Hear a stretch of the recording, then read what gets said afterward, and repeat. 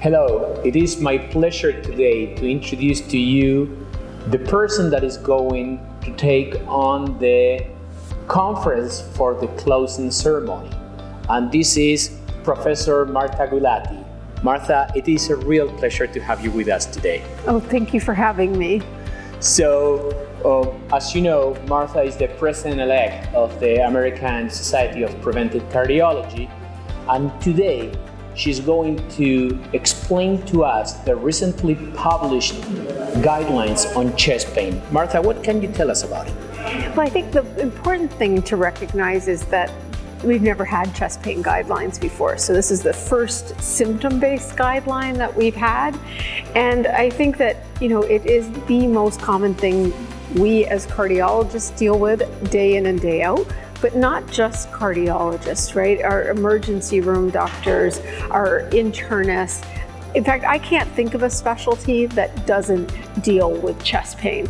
And so that's why I think these guidelines are incredibly important for our clinical care of so many patients. I fully concur. Martha, you became very inspirational for a lot of us, and especially for young women that are entering academia. So I have two questions for you.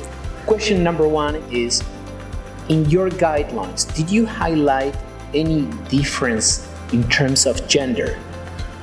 And my second question, so we can listen to you, is if you have to summarize a short advice for women entering academia, specifically in cardiovascular sciences, what are those tips that could help those young professionals to become the future Martha Gulati? You're sweet.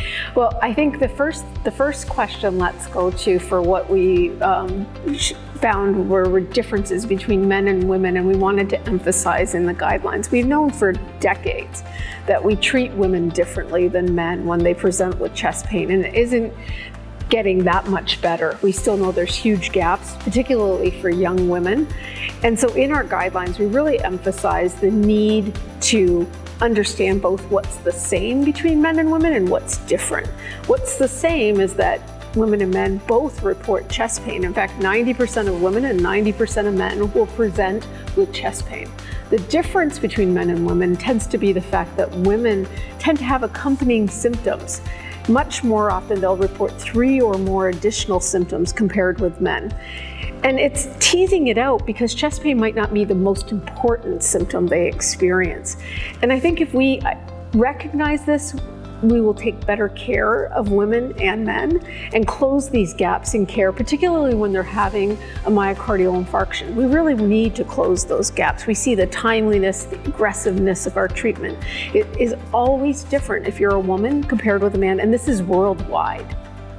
I think your second question about what advice I have for women that are thinking about doing cardiology, my first advice is don't think come. We need more women worldwide in our cardiology field. There's room for you. There may not be many of us yet, but that's only because we're waiting for you. There's so many opportunities, and I think it's women that have led the research on gaps in care related to men and women. And that's just one example of why we need women.